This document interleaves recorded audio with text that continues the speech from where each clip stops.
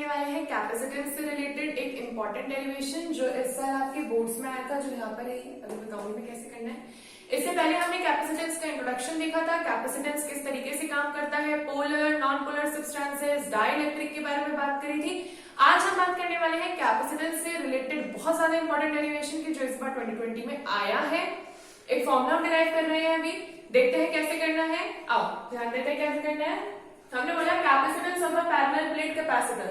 मैंने आपको बताए थे दो टाइप के कैपेसिटर्स, एक होता है पैरेलल प्लेट कुछ इस तरीके से, और एक होता है हमारे पास स्फेरिकल जो इस तरीके से होता है। ज्यादा हम इसको यूज नहीं करेंगे, हम ज्यादातर यूज स्फेरिकल करने वाले हैं। अब कैसे करेंगे वो ध्यान देते हैं। मैंने बोला मेरे पास एक पैरेलल प्लेट कैपेसिटर है, तो अगर ये प्लेट है तो इसका कुछ ना कुछ एरिया होगा। प्लेट तो समझते ना, नॉर्मल सी एक पतली सी प्लेट है तो कुछ ना कुछ तो एरिया होगा। और इन दोनों प्लेट्स के बीच में मैंने डी डिस्टेंस दूरी बनाई है, मतलब इन दोनों प्लेट्स को डी डिस्टेंस की दूरी पे रखा हुआ है। तो अब अगर मैं बात करूं इनकी इलेक्ट्रिक फील्ड कितनी होगी इस प्लेट की वजह से निकलने में, क्यों?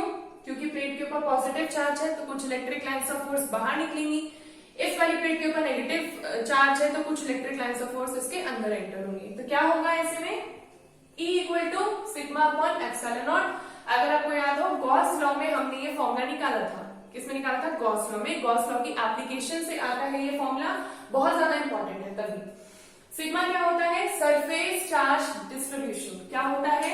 Surface charge distribution. जब आपके पास एरिया हो जिसके पास लेंथ हो और ब्रेड्थ हो और उसमें कुछ क्यू चार्ज आपने इक्वली डिस्ट्रीब्यूट किया है, तो इस ऐसे में जो सरफेस चार्ज डिस्ट्रीब्यूशन होगा that will be Q by A। क्या होगा? सिग्मा की वैल्यू आएगी Q by A, जिसमें A क्या है? L cross B। तो ऐसे में क्या निकला? Sigma equal to Q by A upon epsilon naught, और ये Q A नीचे आ जाएगा, A एप्सिलॉन नॉट। ये आ गई इलेक्ट्रिक फील्ड जो इन दो प्लेट्स की वजह से लग रही होगी। ठीक है, अब पोटेंशियल डिफरेंस कितना लग रहा होगा इन दोनों प्लेट्स में? तो आपने पढ़ा है पोटेंशियल का formula V equal to EB। Actual में ये एक रिलेशन से आता है, जहां पर हमने रिलेशन कुछ ऐसा निकाला था, DE equal to DV by DR। अब आप इसे R बोलो, L बोलो, यहाँ पे हमने D की तरह यूज किया है, वो बोलो, आपके ऊपर डिपेंड करता है। क्योंकि ये डिस्टेंस है, डिस्टेंस है ये सिंपल सा। ठीक है, अब DE DV DR तो हमने तब लिया था जब स्मॉल डिस्टेंस या small electric field, small potential difference की बात कर रहे थे। अभी हम थोड़ा बड़े लेवल पे बात कर रहे हैं, तो हमने क्या ले लिया? V equal to EB। यहाँ से E की वैल्यू कितनी आ जाएगी? Q by A epsilon not into T। लेकिन हमें पता है कैपेसिटेंस का फॉर्मूला क्या होता है? Q by V। सिंपल सा है, Q by V, V की वैल्यू रखी, कट जाएगा, epsilon not A by D आ जाएगा। सबसे इंपॉर्टेंट फॉर्मूला है, आप न्यूमेरिकली बहुत ज्यादा यूज करोगे इस फॉर्मूला को अगर आप करोगे parallel plate capacitor. Spherical capacitor करोगे तो वो हमने लास्ट लेक्चर में देखा था, एक बार जरूर देख लेना, अगर आपको पता है तो बहुत अच्छी बात है। तो ये तो न्यूमेरिकली यूज हो जाएगा। एक सिंपल से डेरिवेशन इसका इंपॉर्टेंट नहीं है, फिर से बोल रही हूँ, इतना छोटा है, डेरिवेशन इसका इंपॉर्टेंट नहीं है, इंपॉर्टेंट है इसका फॉर्मूला। तो याद होना चाहिए वो फॉर्मूला। अब आते हैं, ये वाला सबसे इंपॉर्टेंट सा हमारा प्यारा सा डेरिवेशन है, बहुत इजी है, ध्यान से समझेंगे और क्वेश्चन डेरिवेशन तो हो ही जाएगा। ठीक है, क्या बोल रहा है?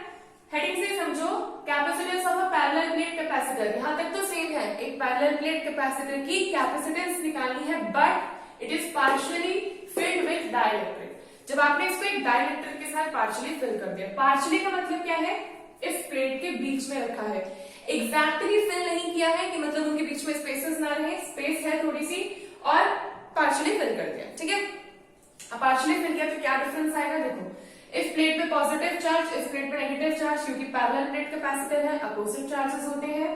जो मैंने डाइलेक्ट्रिक मीडियम रखा है इसकी थिकनेस है T, और इन प्लेट्स के बीच में जो डिस्टेंस है दैट इज D। अगर मैं निकालना चाहूं इलेक्ट्रिक फील्ड विदाउट मीडियम, मतलब मानो जब ये मीडियम नहीं थी, या फिर ये इतनी सी इलेक्ट्रिक फील्ड और इतनी सी इलेक्ट्रिक फील्ड जहां पे मीडियम इंक्लूडेड नहीं है, तो क्या आएगा? Sigma upon epsilon naught, sigma की value Q by A upon epsilon naught, Q by A epsilon naught. ठीक है, लेकिन जैसे ही हम मीडियम रख देते हैं तो आपको पता है मीडियम रखने के बाद आता है हमारे पास एक प्यारा सा डाइलेक्ट्रिक कांस्टेंट। डाइलेक्ट्रिक कांस्टेंट हमेशा आ जाता है एप्सिलॉन नॉट के साथ आता है।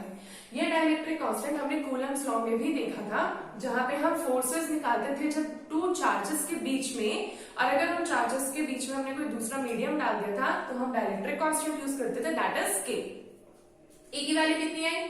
Q by A epsilon not into K। Clear?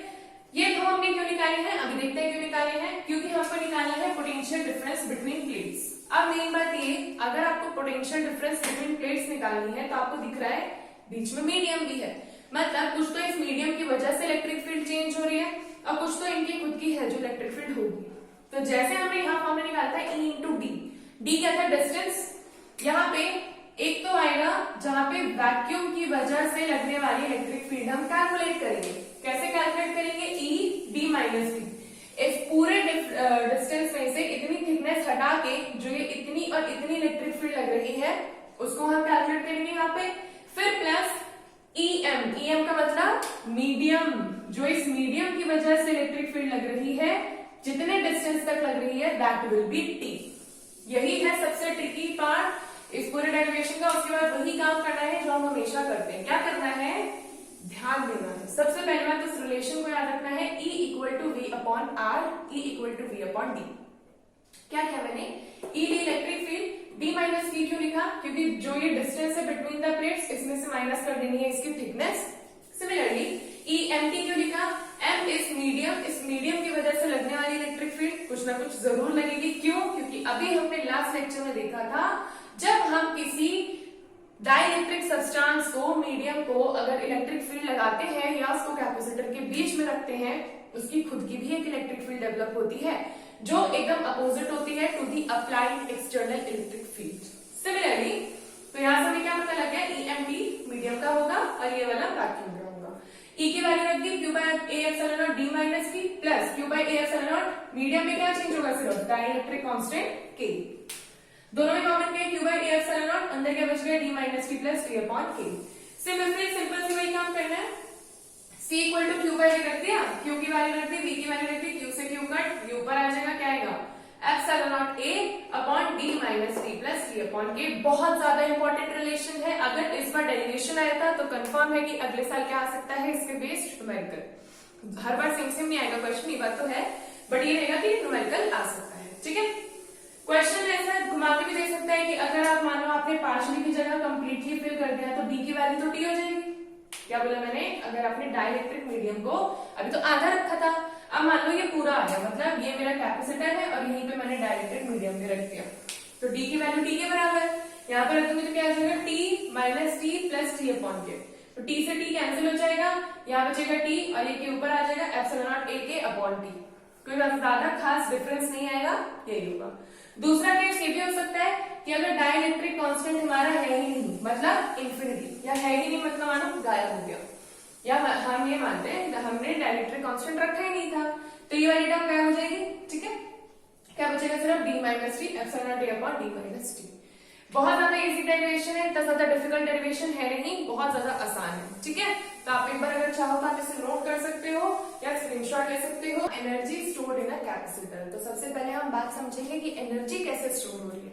अभी तक तो हम बात करते हैं कैपेसिटर एक ऐसी डिवाइस है जो क्या स्टोर करती है, चार्ज। क्या स्टोर करती है, चार्ज। अब एनर्जी कैसे स्टोर हो रही है तो बात समझेंगे। मान लेंगे मेरे पास एक इलास्टिक का रबर है एंड मैंने उसका एक एंड फिक्स कर दिया, तो जब मैं उसे खींच रही हूँ, जब मैं उसके ऊपर फोर्स लगाऊंगी तो इसका मतलब क्या होगा, उसके ऊपर उसके अंदर एनर्जी स्टोर हो रही है।